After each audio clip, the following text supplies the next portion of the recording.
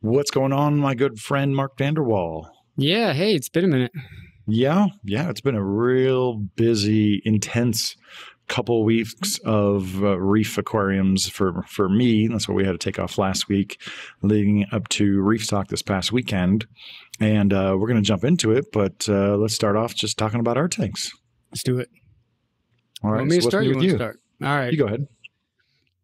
Man, I'm nothing too exciting on my side. I don't know. For those who've seen pictures of my tank, I had about a 15-year-old leather coral that had about an 18-inch cap, and I just finally one morning I came down, made some coffee, and the lights hadn't come on yet. And I think about leather corals is sometimes they're limp, right, and they lay down. And so this giant coral was just laying on like all my other corals, just all these corals were getting squashed. And I don't know, I reached a threshold with that coral of like, well, okay, so 18 inches on a 6-foot tank, that's pretty much a quarter of your tank has a giant umbrella, right? Let's just call it a quarter, right? I mean, almost a third of your tank because you got to give it some room, right, to sway around.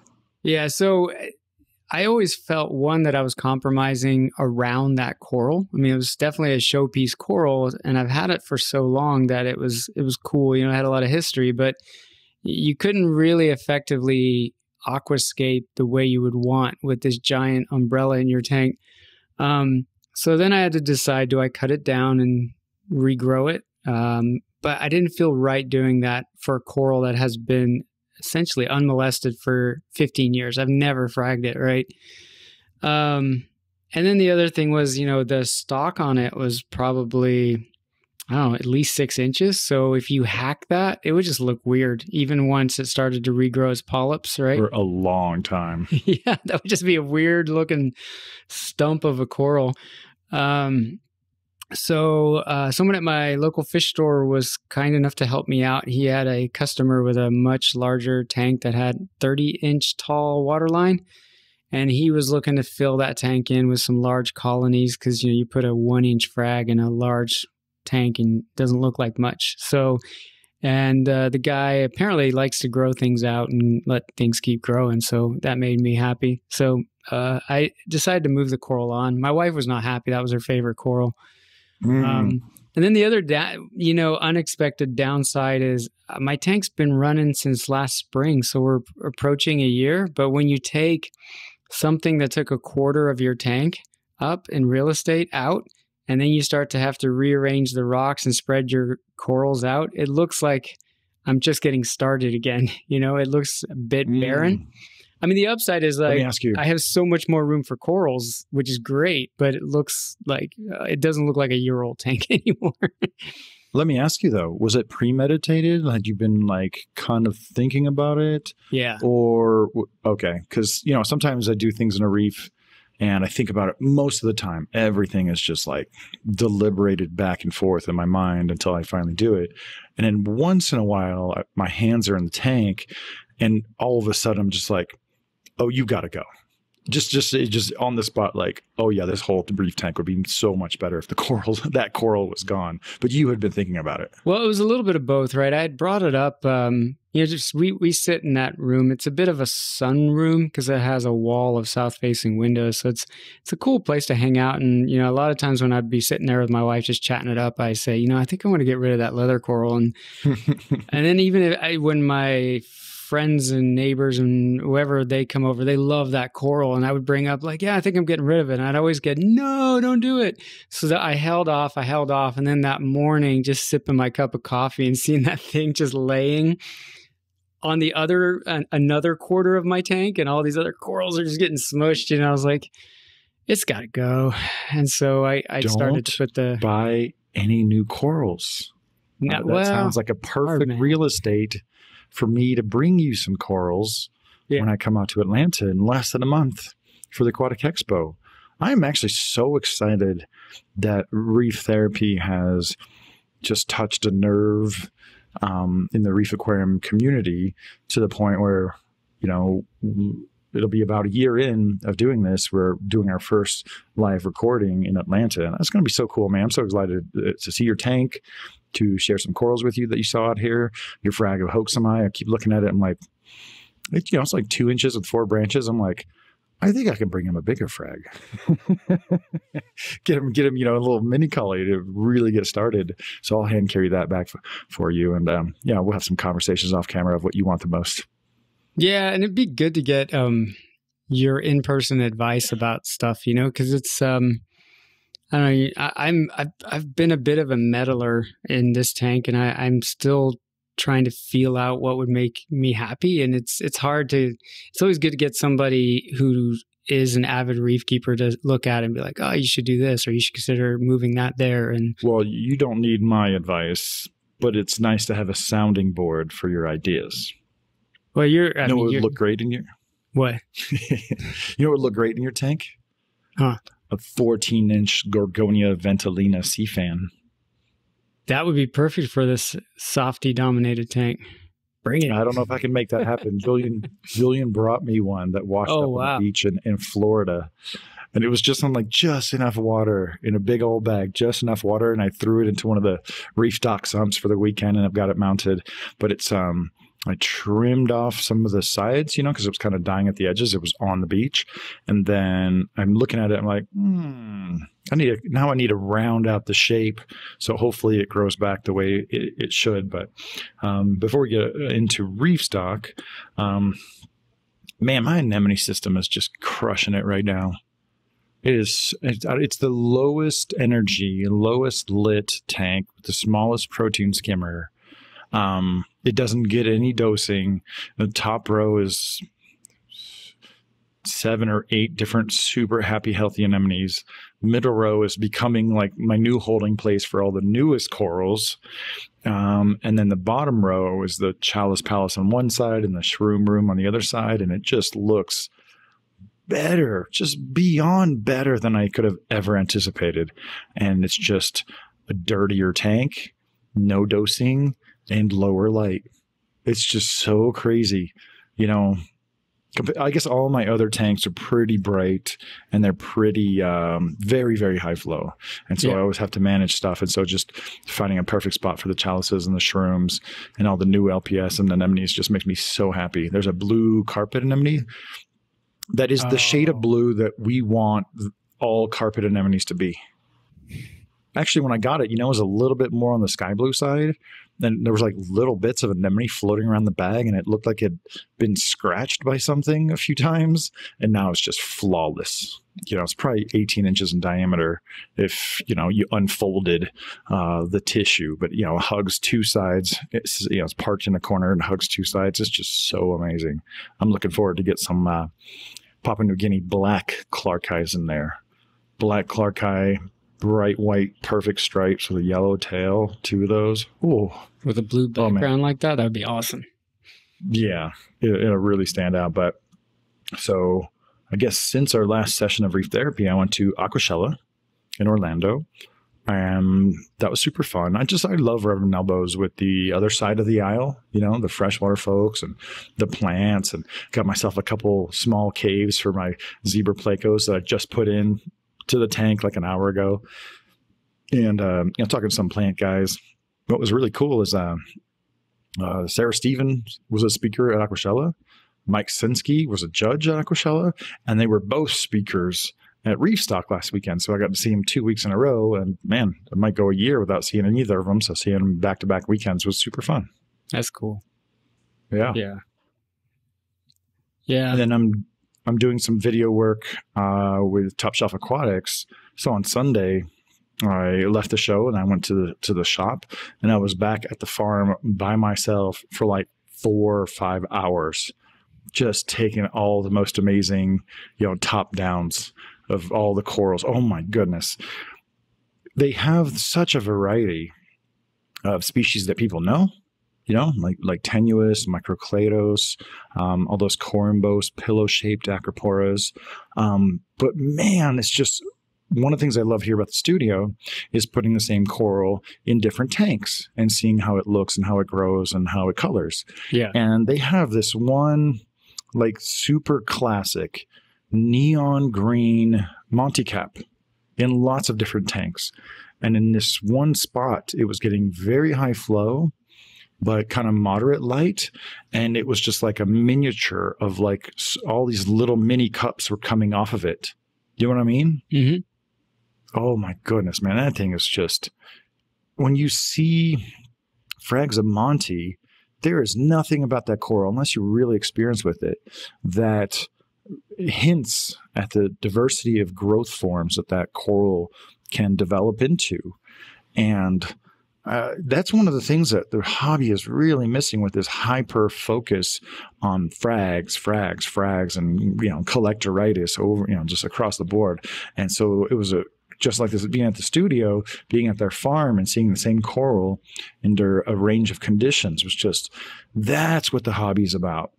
Sharing corals, the same exact strain, and seeing what this guy is doing it in bright light and, low nutrients, and what a girl's doing it in lower flow and lower and higher nutrients and lower light. And the range and diversity of forms are just, I got to get a piece of that coral. And it's just one of those things, no one would ever buy that frag because it's not, macro popping. You take a macro photograph with the orange filter, it's just green. There is no texture to it. There's no polyp color to it. There's no edge to it. It's just a classic, very thin, very bright green cap. And I'll be featuring that coral here in the near future. Yeah, I've noticed a lot of people who do post pictures of caps, they're almost, in a lot of systems, just like a plating coral versus like getting that upwards cup-like growth that starts to scroll into itself. You don't see that very often anymore in tanks. And I don't know if it's a maturity thing that they just haven't had it long enough. But I've seen it. For sure. Yeah. Yeah. It's like the more you were talking, the more I was thinking about that. Like, when's the last time I've seen like a proper scroll on a Monty cap? Spiral cap. Yeah. So that was the cool thing about this green one, is it wasn't spiraling. It was a bunch of mini whorls, about 2 inches, just coming off of like this big angular thing. And it was too close to the glass to get a good clean shot of it. But man, I just stared at that thing for a while, and it really kind of brought me back to the love of the most basic coral. And I think it was at Aquashella and at TSA. People ask me, was my favorite coral at the studio? Was my favorite coral at Top Shelf Aquatics? And I'm always like, whichever one's doing the best right now. That will always be my answer. Mm-hmm. Or the ones that have been super challenging. So spending some time at Top Shelf was super fun. They really leaned into this NSA aquascape thing. I saw the video you did on that tank right by, I guess, the front door. It was, I believe, a Red Sea tank. Mm-hmm. And I love the less rock, small fish. A lot of small fish. And then I did enjoy that he did a freshwater trick of having different grades or different levels of substrate. That's exactly what I'm talking about. Cross-pollination of ideas. And I mean, the reef hobby is just barely getting a glimpse of aquascaping ideas and philosophy.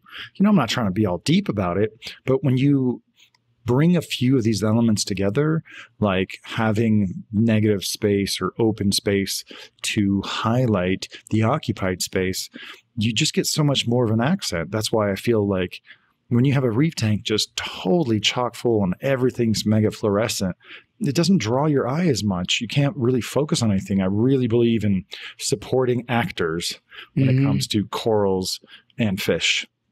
I do think it was cool to see how many different versions of like pre-made aquascapes Kevin had made at Top Shelf, because they were using Cornerstone, they were using Legacy Haiti rock, Marco rock, some other branch rocks. But I think it might have gone a little too far. This is an American thing, right? You get an idea, you step on the gas, take it all the way. So that reef tank featured in the video is only like a couple months old. So they will have to be really diligent, because Euphyllia doesn't encrust, so it's not going to grow down and up the branches. But at least it's injecting some novelty and something different to look at. That's pretty cool. What's funny though is like nowadays, the thing that really warms my heart is seeing a rock wall. I saw a rock wall tank. I don't know if it was on YouTube or in person, but it wasn't too long ago. And it was just almost like a super classic style aquascape. I'm like, oh, oh, look at that. It's so cute. But the pendulum will swing back the other way. What's your take on the NSA aquascape in general? So I tried it in my tank just out of curiosity. And I created, well, I don't really have an NSA aquascape, but I tried to create some interesting sculptures. And then I ended up breaking it apart because I didn't feel like I had I had all these cool overhangs, but I didn't really have hidey holes for my fish. And so then I started to hack it up again. But then when I took this leather out, I whipped out the runny super glue in a bag of sand, and I started to take dry off some of the pieces and do a little bit of sculpting, just because removing such a huge coral that was very tall, I felt like I needed to build up the height a bit. I think it has its place. I think a lot of people go overboard with it because it's fun, it's interesting. It's a whole hobby into itself, right? It's like sculpting when you have this dry rock. Yeah, but it's fun. I can see how somebody can really get into it and, sitting in their back porch or whatever with chunks of rock and start building these formations. I don't know. I haven't, I don't think there's anything wrong with it, except for the fact that I don't like the fact that it's a single piece of rock and there's really no nooks and crannies half the time. I mean, that depends on what you do with that rock, I guess. But the ones I've seen, I don't see a lot of places for fish and microorganisms to go crawl around and hide it. And to me, the one thing I miss about the wall of rock is when you would see those tanks and you would see little fish darting in and out, because the whole tank was a hidey hole at that point. But absolutely. I remember many, many years ago getting some xenia from a guy, and he was tearing down his tank because he was moving, and I was shocked at how much rock he had in that tank. I was like, oh my God, it was like more rock than glass on that tank. But there was something, like you said, enamoring about it. In one respect, I didn't feel like his tanks had a lot of room to swim. But on another end, it was like you could stare at that tank for days and see something new, So one thing about when you're diving, everything's a surface. Yeah. Right? It's a 3-dimensional, but it's still like a surface.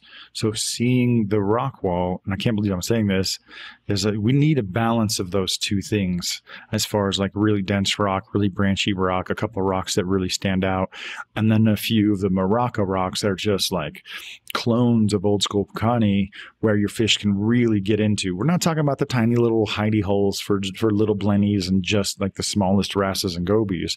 We're talking about like crevices and caverns that are part of the rock, and the rock, a medium-sized fish can be inside of there and looking out.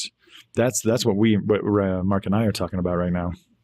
Yeah, and perfect example is me removing that coral. There comes times where you have to move stuff around, and some of these people build these giant singular sculptures, and then they put all these encrusting corals on it. And I'm like, what do you if you got to move a coral around? Like, what if this coral starts stinging that coral? Now you got to chisel it off or something. Whereas there's something to be said for the pile of loose rocks that lock in, like the old school way we used to just lock them in.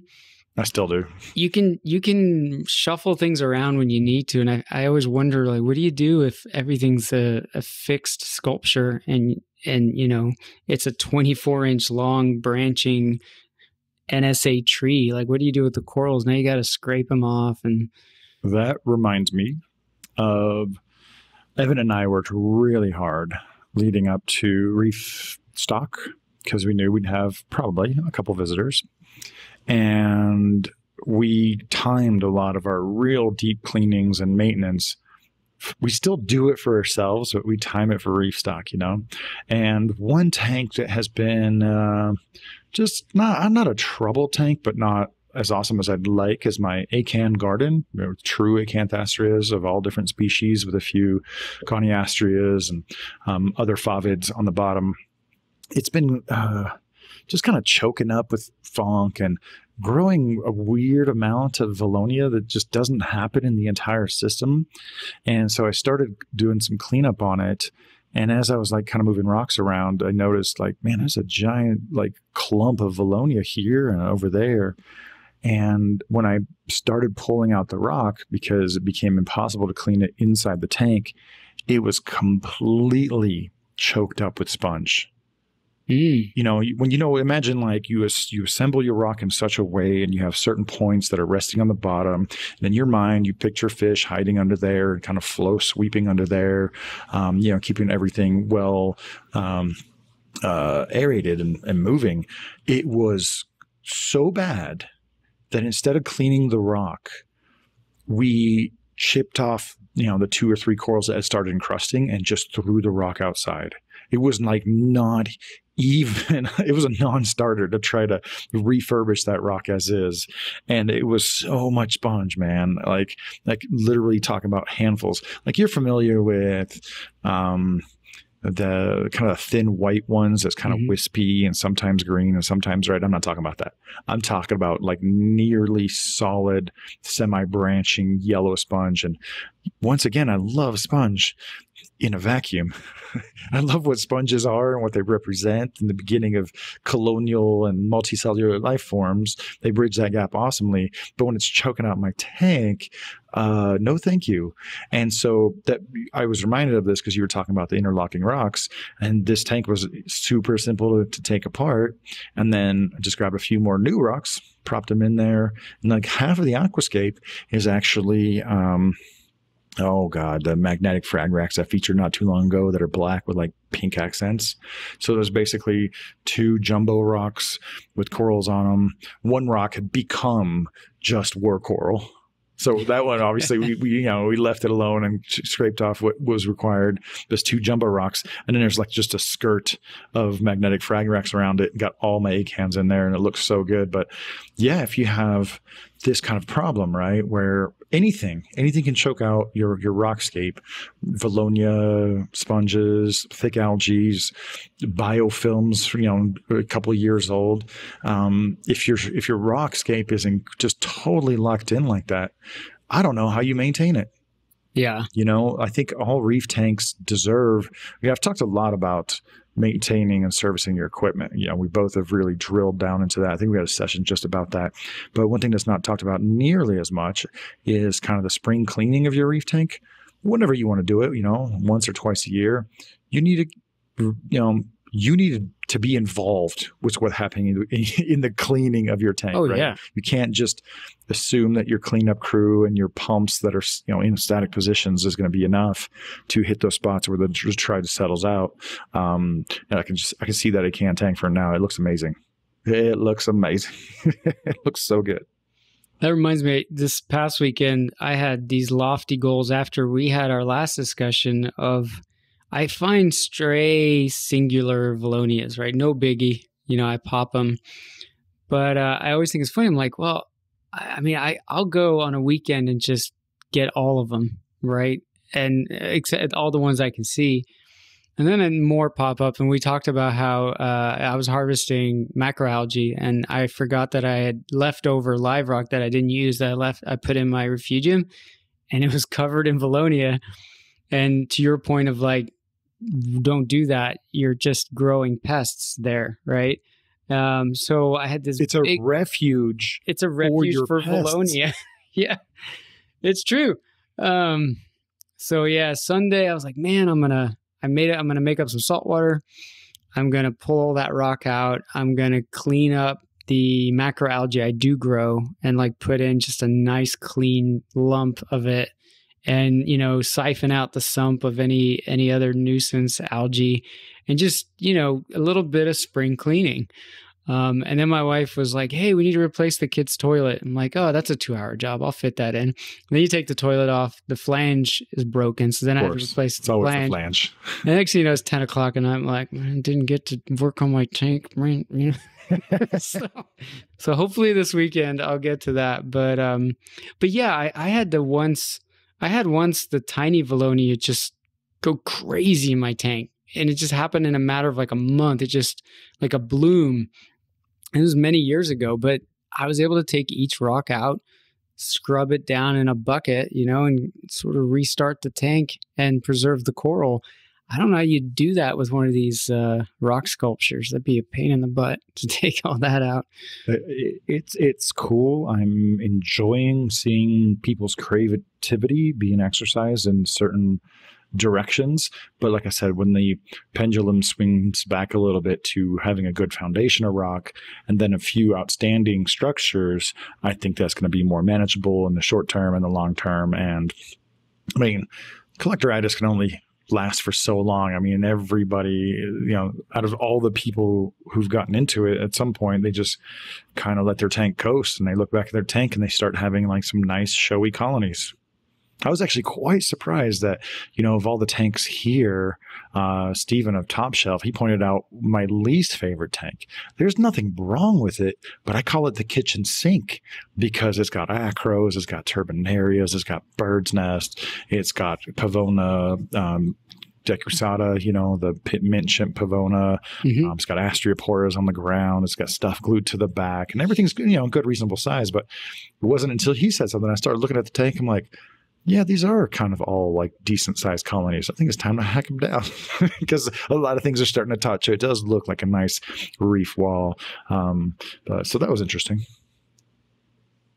Yeah, I saw some of the pictures of everybody coming to the studio. It looked like a good party. I was envious, like, oh man, that'd be fun to listen to the conversations going down in that room at that time. So before we get into the after party, I'd like to talk about reef stock a little bit. Sure. Yeah, I want to hear about it since I didn't get to go. First of all, we've been doing reef stock every year since 2008. When I first started reef stock, I was like not quite destitute, but looking down the hall at, like poverty or whatever. I had no business doing it. And I made a ton of mistakes. And I hoped that 100 people would show up. And I didn't have cash. I didn't have wristbands. I didn't have change. I didn't have so many things. And we had 200 people turn out in 2008. And it never occurred to me to do it again. Never. Until 11 months later. 11 months later, I'm just like, hey, maybe I should do reef stock again. And I just happened to call the downtown aquarium, and they just happened to have like a perfect space at a reasonable price.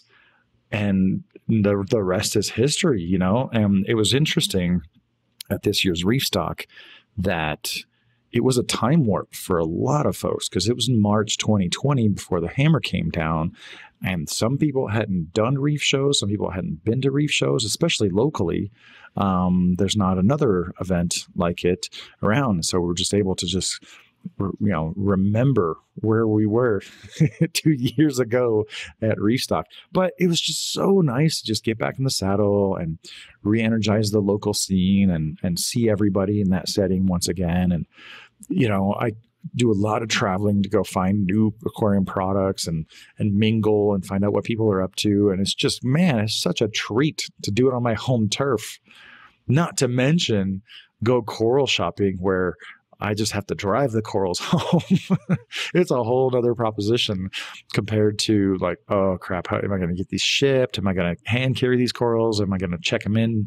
Whatever, how is the airlines going to treat them? And this time I was able to go a little bit overboard, and I don't regret one single coral that I bought. It was so great. I love it.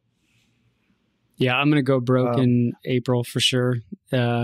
If the vendor turnout is good here at the Aquatic Expo, I'm going to be in trouble because it's just too easy. I just like, I can just take these home. It is too easy. And so one of the things that, I want people to know about aquarium events and stores and coral vendors is no one has a monopoly on good quality corals. Even the best of them on a long enough timeline, they'll take some dips in the size of their frags or the quality or just customer service. And so if you cast a really wide net to even the most no-name companies or just unknown, they might be selling something that you really want at a price that they don't really care. So you might get some really cool frags for 20 to $30, and vice versa. There's definitely certain coral vendors who, for example, might be really into endophilia, and they are happy to part with it for like $1,500. That is not the place to buy the endophilias from. Now you can multiply that across, Grandmaster Krakatoas, hallucinations. There's some zoanthids that people are really proud of, still going close to like $100 per polyp. And so I'm close to finally getting my hands on the Grandmasters that I still remember writing the story. When a single polyp was like $2,000 or $1,500 on eBay. And if you're slinging and farming, that's an investment. That makes sense. I'm not knocking it, but I'm just so happy that I'm like this close to getting a frag of more than one polyp for about $100, because that is great looking zoanthid in person under a wide range of lighting.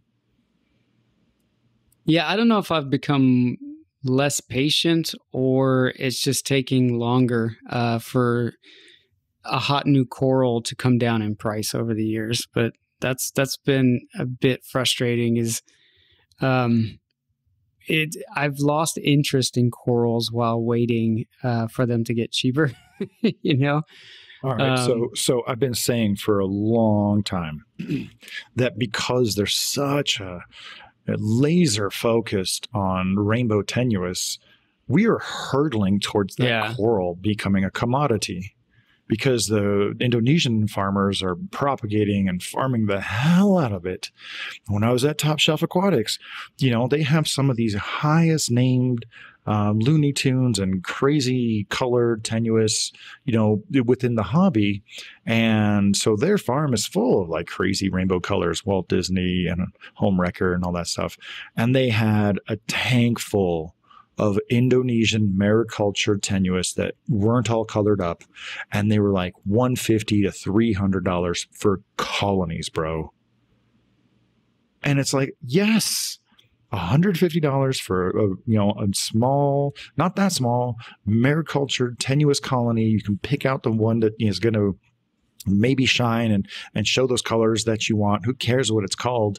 But it was awesome to finally see it in a retail store setting, because I've been saying this for, 2 or 3 years. Like, it's only a matter of time for those things are only a couple $100 per colony. And now there's so much supply that it's just going to outstrip demand. And next thing you know, man, those corals are going to be $75 to $100 for a colony. That maybe one more year, they won't be able to, export those corals from, more than $20 plus shipping. That's going to be about $100 corals at retail. And it's like, yep, that's what happens when you throw all your eggs in this one basket. And I'm just very excited to see that trend move over to the smooth skin, deep water, naked acropore, because I have a bunch, but I've always loved those. You and I were there when those things just became possible, right? When they went from a book coral to like, all right, there's Suharsenoi, there's Simplex, there's some Pishonai. And I can't wait till hopefully that eventually happens, because they're lower light corals. And I think I'm going to have to be the one. I'm going to have to be the one to start a campaign showing off the ones that I have and how they grow and lower light. And they're just so neat. So you can literally grow them under your fancy schmancy tenuis. That's one thing I do love about them. Yeah. You can grow them under stuff. I know you talked about setting up like a dedicated tank for them at one point. And it would be such a different beast than like an normal SPS acropore dominated tank in every sense of the word when it comes to lighting, flow, all of it, right? That would be cool to see. Yeah, we used to be so worried about not giving a coral enough light. And with these corals, they're just like, don't give them too much light. Don't give them too much light. They might adapt, but they'll grow a little differently and they just won't look the part. But what was really cool too about reef stock is just seeing a lot of the movers and shakers in the industry. Once again, I can't believe how many rock offerings Carib Sea's producing. Every show, I swear to God, they have a new nano art or new coral tree or some new thing. Like we did a video about reef stock walkthrough. I haven't published it yet. And I'm just like, man, Carib Sea, we used to think about them just for sand. Mm-hmm. All the sands. What kind of sands you want? Carib Sea's got you. Fine, coarse, extra coarse. And now it's like, I don't even see their sand around. Now it's all about that rock. Well, and their very first rock offering, no offense to them, was like really bad. I remember it was just like these chunky rock things, and I was like, what are they doing? But then you look at how far they've come in terms of their shapes. I really like that they now have that cut rock, but in color, because I really, I dig the stacks or the Marco rocks that are cut, and you could do some cool Lego-like shelves with them and stuff. But I don't like white rock, right? I am one of those people that would like to cheat a little bit and get a jump start on the purple. So I thought that was cool they came out with those. Cairdsea, they were showing off a half-colored rock. What? So Judd was showing me this rock that has like a kind of a darker brown base, not like the uglies of algae that you usually think of, but it's the color that they treat the rock with before they make it purple for people who don't necessarily want it to be, a full plum colored reef tank, and they want something that's not bright white but also not vivid purple, and it's just kind of like this darkish brown stuff that looks and sounds, it looks a lot better than it sounds. I'll tell you that. But the same rock that you're talking about is basically darkened. It's basically just like stained, and I'm like, oh yeah, that's not bad. That's not bad.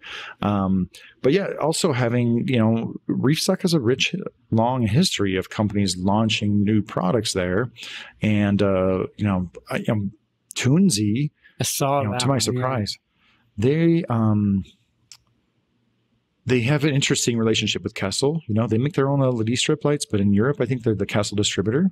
So those are two great companies kind of teaming up. But then the other thing is the carbon doser.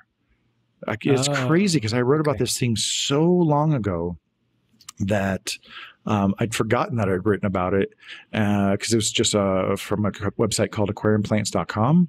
But basically, it's an electronic bubble counter, so a solenoid. So you have to. Previously, it was rigidly attached to a first and second stage CO2 regulator. And then it was just like this super fancy bubble counter to meter out how many bubbles for your planted tank. Then they got renamed as Carbon Doser and then became more popular for calcium reactors. And so now they've made a new version with feedback from Toonsy or some engineering from Toonsy, and they put it in a really durable poly case, which should really help reduce any kind of moisture ingress. Like, it was hard for me to take it apart. And if any manufacturers listening, damn well one of the first things I'm going to do before I turn it on is take it all apart. And so it was cool, though, to see a second generation 13 years later. But fundamentally, it's no different. Even the dial and like the faceplate is exactly the same. All right, so this is one thing I would love to bounce off of you, because I have planted tanks and I have calcium reactors, and my bubble rate on my 50-gallon planted tank is about 2 bubbles per second, and the bubble rate on my Seachem Element calcium reactor is about 2 to 3 bubbles per second. And it was really, I wonder if I'm just missing something here in how other people are running calcium reactors. But the carbon doser is measured in seconds per bubble. So a much slower metering rate. You couldn't. It's like 1, 2, up to 10, and there's like a very small region that's like 0 to 0.1. But it's like so small, you couldn't dial in multiple bubbles per second. What am I missing here?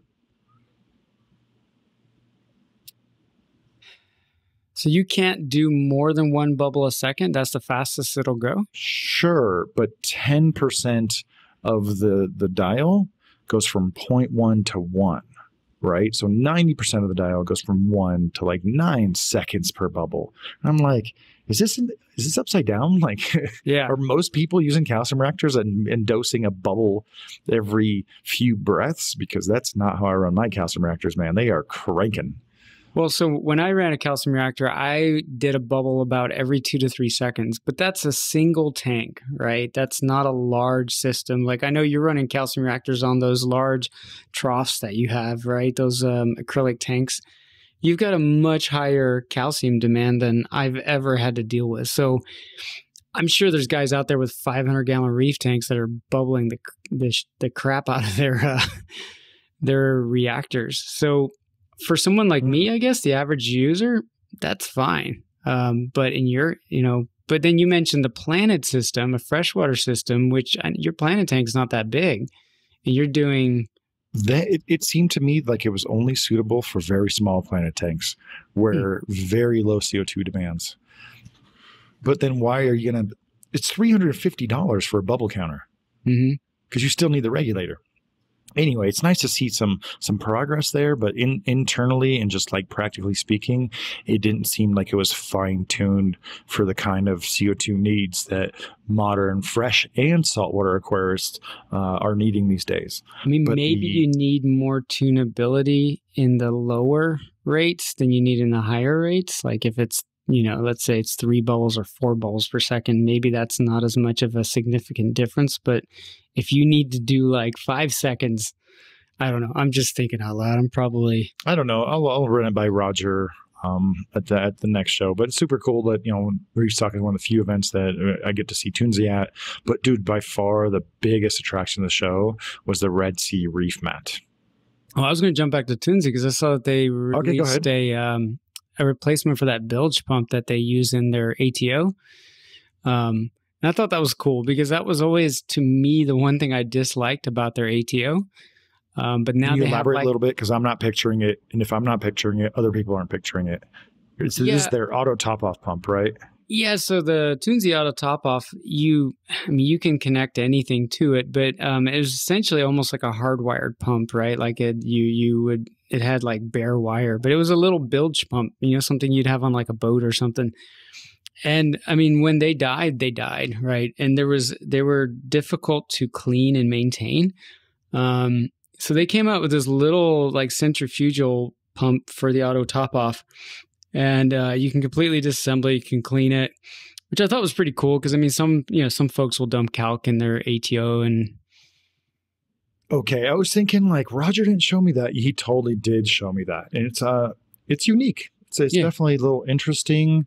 Me, I'm a gravity top off kind of guy. Yeah, but the pump looked custom, and I don't understand the design changes that they've implemented or why, but I know that the Toonsy Osmolator has been one of the most popular auto top-off devices for a really long time, and so they really put a lot of effort into the Toonsy Osmolator too. So yeah, he did show me that, and it's a weird looking little pump just because it looks like somebody pinched it on one side, but it was very well engineered.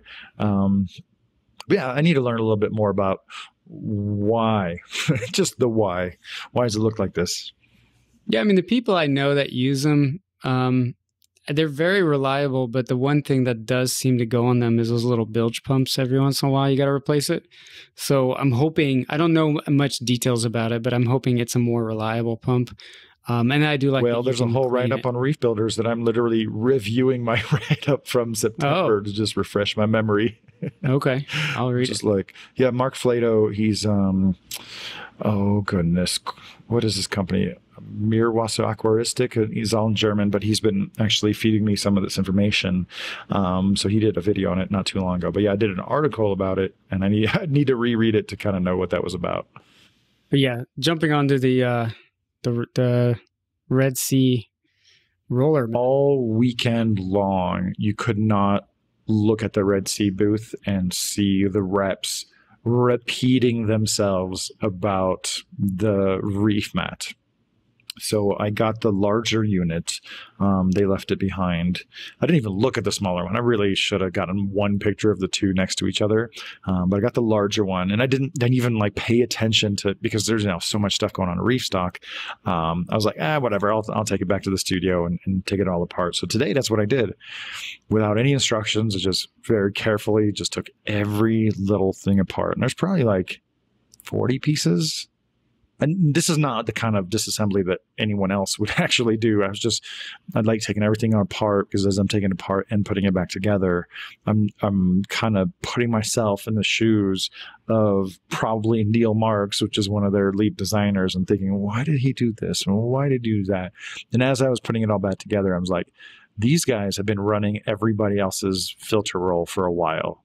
They know all the problems. There's such a huge emphasis on flexibility.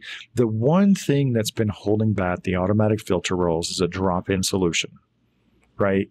It's kind of really hard to retrofit an existing setup with an automatic filter roll. just really hard. And so they've addressed everything. And just the fact that they're a tank maker and a sump maker, and they also have the stands, they really had to approach the reef mat in a holistic manner, right? Yeah. It's not just, I really feel like some of the earliest units were barely more than like a perforated basket with a float switch and a motor that could barely turn the filter material when the float switch is activated. But there's just like this laundry list of hurdles that pop up in actual use. You know, the tension that the fleece kind of puts on the motor, the friction, and the torque that's the gears experience if you have a non-direct drive assembly. Replacing the filter roll. Man, I love my Clarices. I love their small footprint. I'm so glad they're now in 3rd generation. But it was so goofy that, like, if somehow you spool through, if you pulled all the way through, you basically have to disassemble that whole thing to re-spool some new filter roll. Yeah. Right. You have one now, right? Yeah. And it was funny. One of the first things I did when I got it was order a stapler off Amazon. You know, because how is that okay? How is that okay to expect users to have a stapler so you can staple new roll onto the old roll so you can spool it through? I'm okay. I'm used to it now. Yeah, I appreciate it. We have a stapler specifically for that purpose, and I'm like, that's not cool. I thought that's not my favorite. I mean, when I first got it, that was my first reaction. I was like, well, how do I start a new roll? And then, you go on YouTube and somebody's like, oh, you just staple the new one to the old one and then just, pull it through. And I was like, oh, that's brilliant. But to your point, yeah, I mean, it's kind of shirking the responsibility of the user experience to the user, right?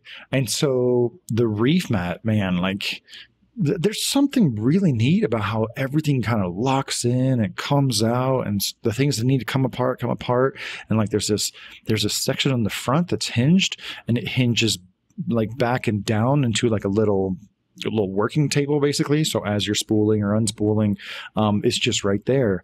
But so yeah, actually, one of the best design decisions about this thing, I haven't even gotten into the app. I installed it today, but it's not in the app yet, right? So we can't really talk about the app features.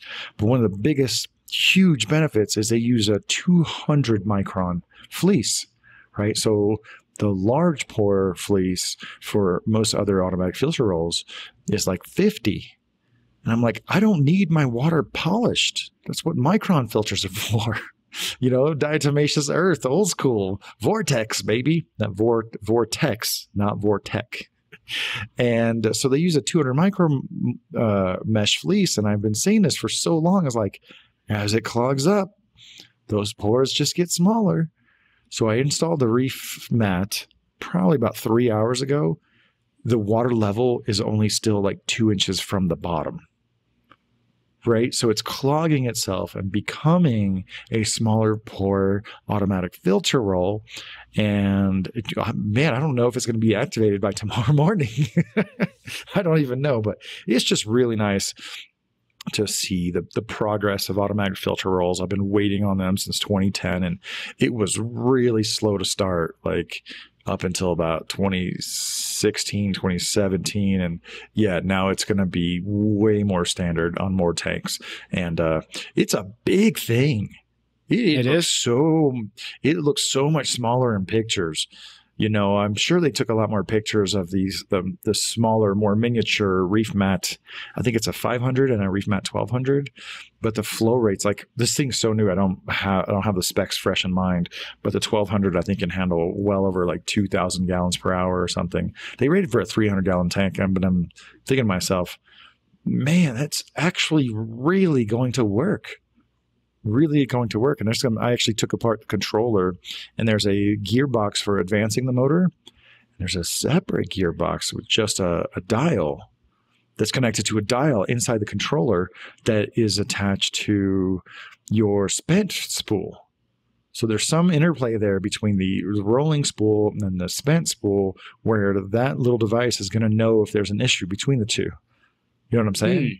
It's really, really cool. Yeah, it's kind of hard to picture. I just wrapped my head around it today, but it's one of those things I kind of missed about Reefstock. You know, a lot of companies would time their releases for Reefstock coming to Denver, leaving some, you know, unreleased gear with me. And then, you know, after Reefstock, I have all these new corals and a few new toys to play with. And like, yeah, that's what Reefstock was about, man. Selfishly, yeah, that's for me. It's awesome. But no, it was really cool to meet a lot of people. Oh my God, I don't remember his name, but there was a guy from England, diehard reefer, right? And he came out here for a wedding, and he thought, oh, maybe I'll get a tour of, you know, the Reef Builder studio. And instead, he found out that Reefstock was happening the same day. Oh, nice. And the look on his face, man, all day long, because he got, you know, a day pass from the family or whatever. And at one point, it was during that Heineken. I was like, man, did you literally just grab the only beer you recognize? Just gave him a little chaff for that. Then later on, I just kind of handed him a local Colorado native IPA. You know, it was nice, chewy, you know, beer with some body. That guy will never forget. So shout out to that bloke. Sorry I forgot your name.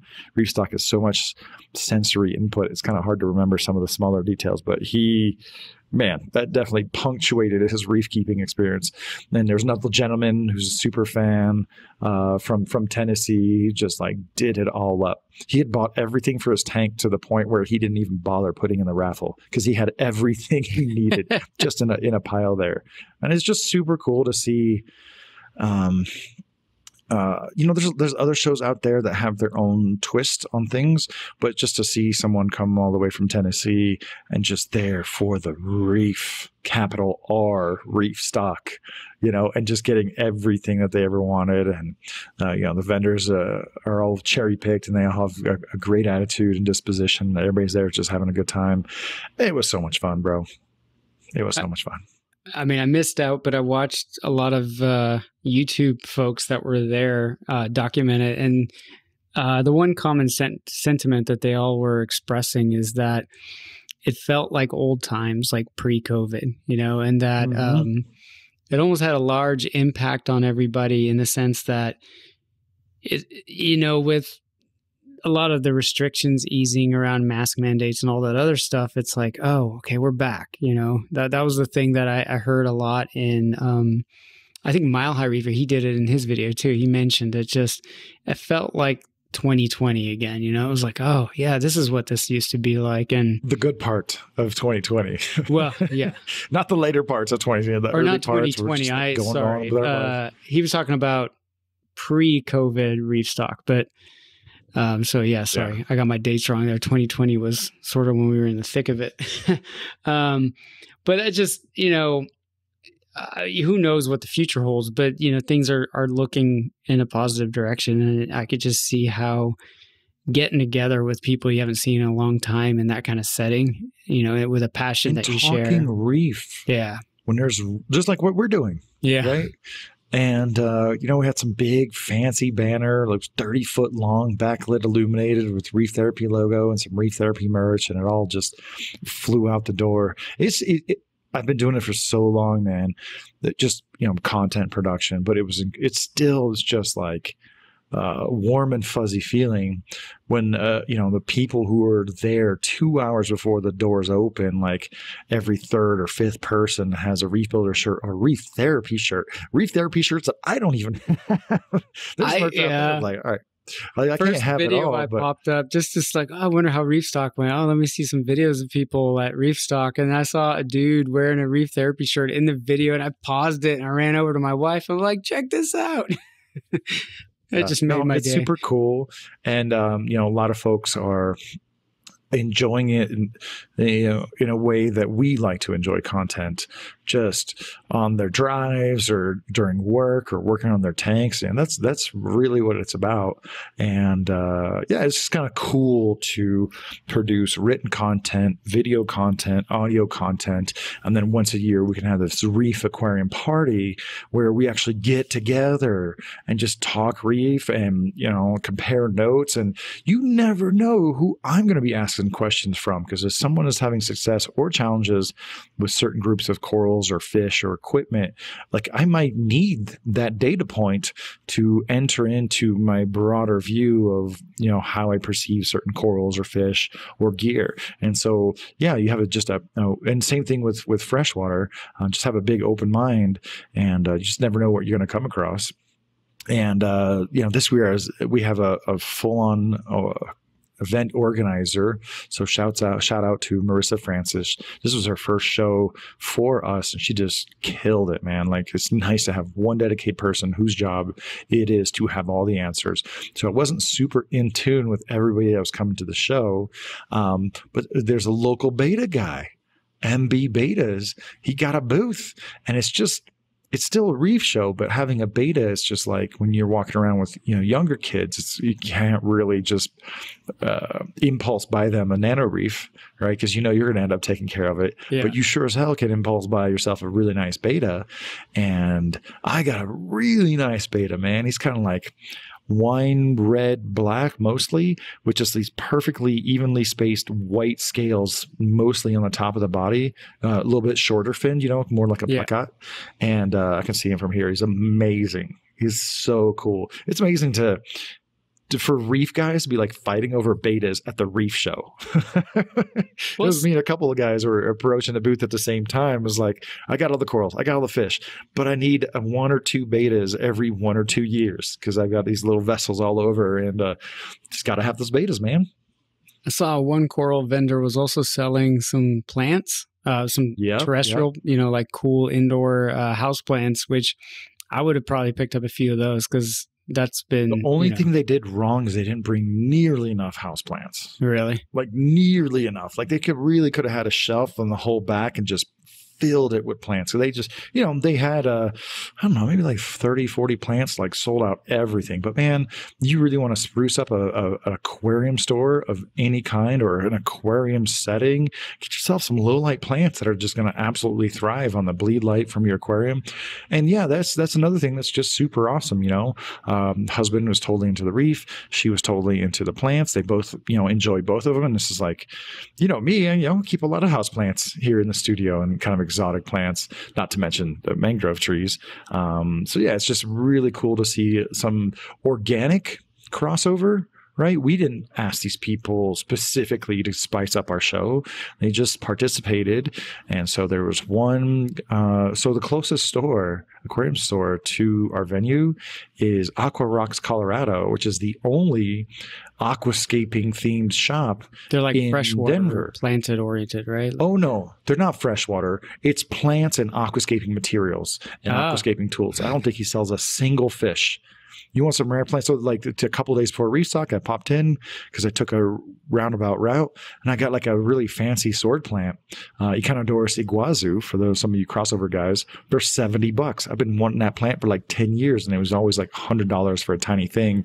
Then he had basically like a mother plant, and got a couple things to spruce up my planted tank, because I knew, some folks are going to be coming over, and one of our speakers is Mike Sensky, world-renowned aquascaper and aquascaping judge. So I was like, I just need to doll it up just a tiny bit. And it was so worth it. It was actually, I was really trying to keep the attendance, the visitors to the studio, really low key, really down low. And I think we had just enough people. And thankfully, the brewery was open and there was a Thai food truck out that night.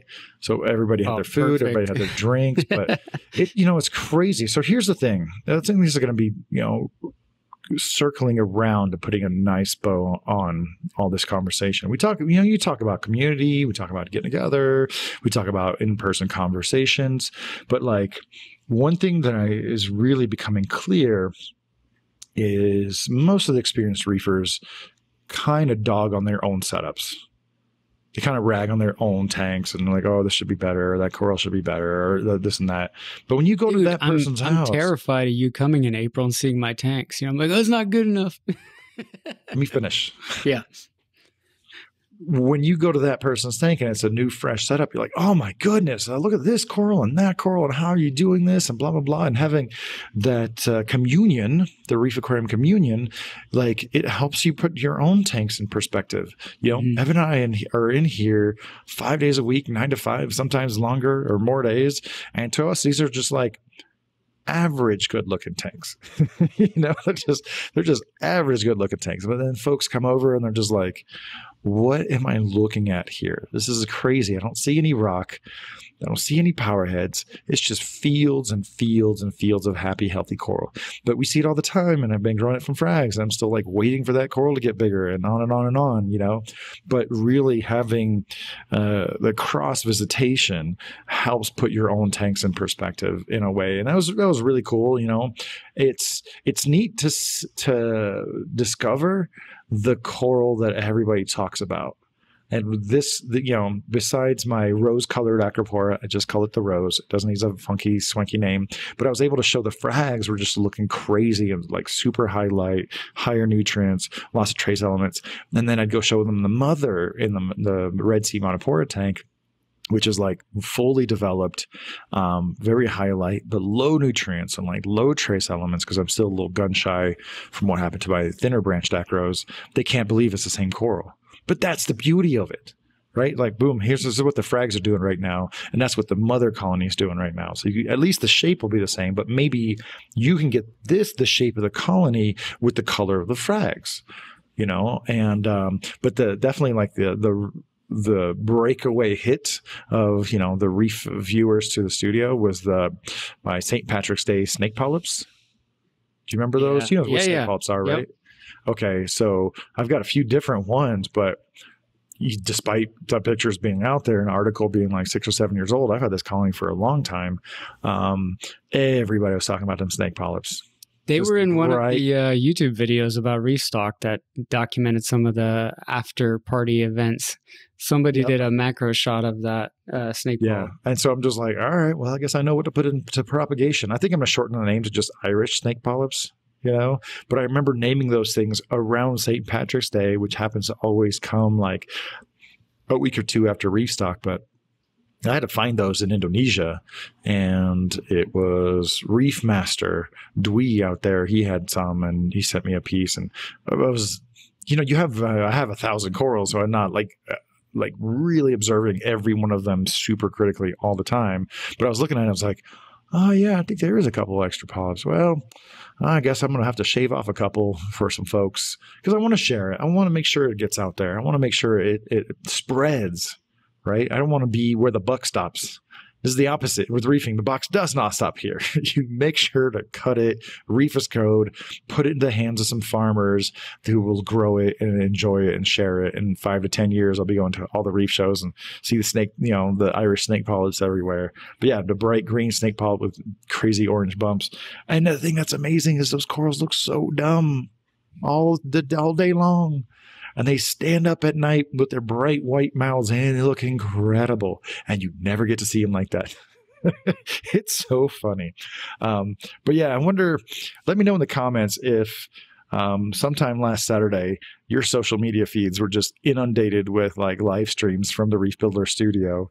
I'm a little bit afraid for next year because I think a lot of people just expect that they can come. This space is not, it's not a reef aquarium venue per se, but I know a lot of people are going to see it. And there was one moment, I swear, there was like 6 or 7 phones out live streaming concurrently at the exact same time. I haven't seen any of that. Man, I've tried to catch up on all the YouTubes, but they were all reef stock focused. Maybe they were trying to be respectful of not filming too much in your space or something, but I think they might have been a lot of like temporary videos, like Instagram reels and stuff. So up for 24 hours and then gone. But it's just super cool to see what people focus in on. And after all that work we did for reef stock and for the viewing of the studio, now I'm just left with some like super clean tanks, some new reef toys, and some new corals. Let me know in the comments if I should do a video of the corals that I got at Reef Stock, because I dropped some coin on one Acanthophilia because it was reasonable price, and I feel a little bit more comfortable putting one. What's the definition of reasonable? Starting price was $1,000, but I got a small family discount on that. I'll just leave it at that. But it was, a little bit more army green with orange stripes, so not like super crazy bold red on bright green with like black accents. And I was like, we got a little bit of raffle money in here. I was like, I'll reserve that one. But I got a nice colony of Dendrophilia, which I put in the sump of the anemone system, which is totally open but unlit, so really easy to feed, but also view at any given time because it's next to my bob tentacle anemones. I got a orange-ish tongue coral, so it's like not neon orange all over. Shout out to Unlimited Color Corals because, man, they always bring out the diversity. It was a fair price on orange tongue coral, but now I still need like a neon orange tongue coral. I got some button scolies. Here's the thing, man. You just never know where you're going to find some cool stuff. It was at the end of the last day that I found one vendor had these really cool, like, smooth skin, deep water style, kind of open branching colony. And I don't know, it looked a little bit more raspy than locani because I have a lot of different locanis and they're all rounded, right? They're all smooth, rounded polyps. But this one's a little bit more raspy and it looked a little bit like the speciosas that had been labeled from Malaysia. And I was like, yeah, I'll get 2 frags. And I'll do that. I'll get 2 frags of the same thing so I can put it in different tank. One will be, high light, high flow. One will be medium light, medium flow, and just see which one I likes better. I got some crazy named kind of granulosa thing from Top Shelf. I got another cristata torch. I call cristatas torch, Euphyllia cristata, because they're just a micro torch basically. But got another color variety to go with my other 3. So when I do my doing an article just on Euphyllia cristatas, people will see the range. I can't resist an orange Acan echinata, so I got one of those. I got a promising kind of Ophelia, which is like some red splatter. And I love the story. They were telling me this was not a wild coral. This was kind of like a trade-in. And it was a nice coral with lots of splatter, so they had a few different ones. Oh, my goodness. I got a Moslea that's like 4 inches across, and that's a single polyp. What? With like 2 polyps on one side and 3 polyps on the other. Like a super confused Moslea. So if you don't know a Moslea, it looks kind of like a honeycomb, a large honeycomb coral, always kind of army greenish. And this Moslea, I don't know if it was just growing in the shade, but the single primary coralite, it's like 4 inches. I mean, the mouth is almost an inch wide, but then the rest of the coralite is like 4 inches, and it's got a couple daughter polyps on one side and like 3 on the other. I'm like, oh, I'm taking that and I'm going to treat you like a low light chalice and see if I can keep that going. That was super duper cool. There was a Scolemia vicensis. You've seen him in orange. You've seen him in green. I got both of those in my Acan tank. This one was like gray with like green splatters throughout.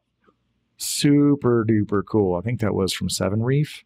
And then I also got an Australomusa that is kind of like, baby bluish with red streaks throughout it, and good size colony. I was like, man, I did a trade. Somebody had a really nice green branching bubble. And then he asked me about the Derek's Indecision Stag and the Blue Lightning Stag. And I was like, how about we do a trade? And, he's thinking I'm going to bring him a frag, right? And I was like, oh, my frags, they're like this big, right? And I hadn't looked at that coral for a minute, and I knew I had 2 of them. And so I had to put it in a bucket. And when he wasn't in his booth, I just grabbed the bubble coral and replaced it with a colony, like 3 branches, like longer than my finger, just like filled up more than what the bubble coral. And we did a trade, and it was so much fun. That was super cool. I'm sure I'm forgetting a couple other corals that I got, but it was a nice haul. Really fun and diverse corals, and super good. As I've said in this session, it's super nice to have Reef Therapy again. But I'll tell you what, man, my favorite show of the year is the first one after Reef Stock that I don't have to do. So Aquatic Expo, I'll be walking around just real spring in my step, like, oh, what? We just have to do one presentation Sunday morning. Mark and I are gonna chew the cud and just talk about reefs. Awesome. So yeah, I can't wait to see your reef tank. I'll bring you some corals, super clean. I want to make sure that they're isolated and very well conditioned and just ready to drop in. And, no matter what your reef tank looks like, I'm sure we'll have some fun times just analyzing it together. Yeah, it needs, it looks a little empty now with that big leather gone, but that's okay. It's just funny how now that, I talk about my tank in a public setting, like I'm much more critical of it, whereas of course. If it was just sitting in the background, like I could just do my own thing, I wouldn't care, if it like, oh, I'm going to make this change and it's going to look like crap for a year and you'll wait 6 months for for whatever thing you wanted to happen. Yeah. And that's really challenging, when there's a little bit more of a public eye on your stuff. You feel a little bit of pressure. That's why I have freshwater tanks that I don't have to share. I know. I need to stop, but I've been itching for a freshwater tank again. And every time I set one up, I end up tearing it down 2 years later.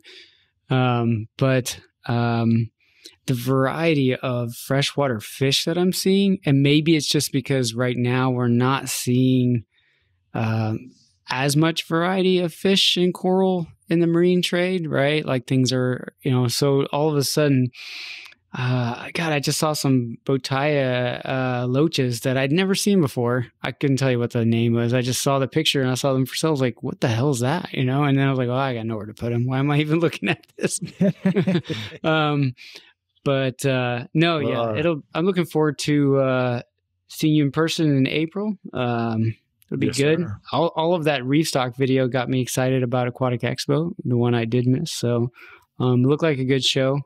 Looked like you picked up some good corals. It's funny because there was a store that was bringing in Moselleas and chopping them up into single polyps and selling them. And I was like, that's like one of those corals where that's a shame. Because it's not the most colorful coral. I mean, sometimes they're green, but they just are beautiful when they're like a nice colony is really like the shape of it is beautiful. So when you chop it up into a single polyp, like to the untrained eye, nobody knows what they're looking at, right? But that's a coral that was on my radar actually up until recently. So glad you picked up one. Mention about reef stock. DL Reefs, Distinctive Living Reefs. This is the company that maintained that tank teardown that I did. Yeah. I moved over here. Yeah. And they had a tank full of aquacultured corals. And they were selling Lobactis guttaria. That's kind of the oval-shaped fungia, that's kind of purple with the green polyps. And Heliofungia fralinae, the wagon wheel fungia, all captive raised from like fungia trees, from $20 all the way to $100, including baby blue long tentacle plate. Everything was cultured, and they had, like traced lineage of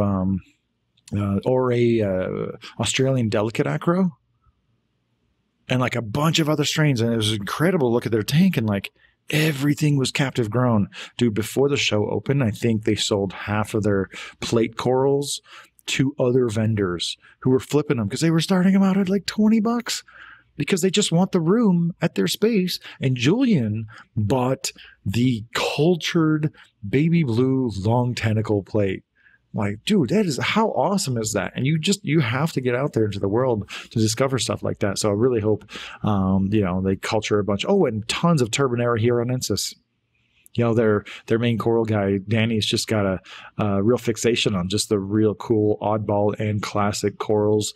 As a service company, they're a little bit insulated from what other people think, which is awesome. Right. We talked about that, awesome. How some of the best tanks are service accounts because they let stuff grow out, right? Mm-hmm. Mm-hmm. And they just coast for 10 years and not really worry about trends. And, next thing you know, they've just got piles of, tank grown disc corals and old school or acro strains that people have forgotten about. So that was super fun and refreshing. So, I want to thank everybody and you for letting me wax poetically about reef stock. We won't do it for another 51 weeks. And if I can help it, you will be the star of next year's reef stock. Wouldn't know what I would talk about, but I'm sure I can come up with I don't know. something. I think they would revolt if it wasn't you and me talking. It's that dynamic, right? That dynamic interplay. And of course, I'd rather throw you up on stage and be like, all right, here you go. But, you know, if the people want a live reef therapy session, we'll give them that. But so, yeah, I think we've mentioned it enough times. We're going to be at Aquatic Expo in Atlanta, first weekend of April. I can't wait to see your tank. I'm sure we're going to find some creative ways to produce some content for the reef world. And it's good to talk to you again, Mark. Yeah, a couple good weeks. to catch up. You've been busy. It's good. I've been super busy prepping, and now I can just coast with the reef toys and the livestock and the videos that I've already made. So it's just like now it's just smooth rolling. I don't think I don't think a lot of people understand like how much work you put into things. You know, when you add it all up, you think about Reef Builders, you think about not only the written content, but the video content. And then, you know, you do all the work around reef therapy. Then you've got reef stock. I mean, it's a ton, man. Like you're This is what I signed up for. I enjoy every minute of it. The only thing I don't enjoy is when companies send me half-baked products, barely work. If you want to see me lose my ish, send me something that doesn't connect or doesn't really work wirelessly when it's supposed to. And that's my trigger right there. That is my trigger, is wireless stuff that is like half baked, doesn't really work like the products that I expect. So, but on that note, we'll be back again for another more focused topic for next week's reef therapy session. So big thanks to everyone who is, supporting the content and the podcast and the channel. Is just, it's just really awesome to get out there into the world. And we hope to meet a bunch of you guys in Atlanta very soon. Yeah, I love the feedback. And like I said, just seeing a dude wear a t-shirt in a random YouTube video I pulled up just made my day. It really did. So I really appreciate all the support and the fanfare. So it's awesome. Very cool. We're going to keep at it until the Atlanta show, and we'll see you guys again next week. See you next week. Bye, Mark. Bye, dude. Bye.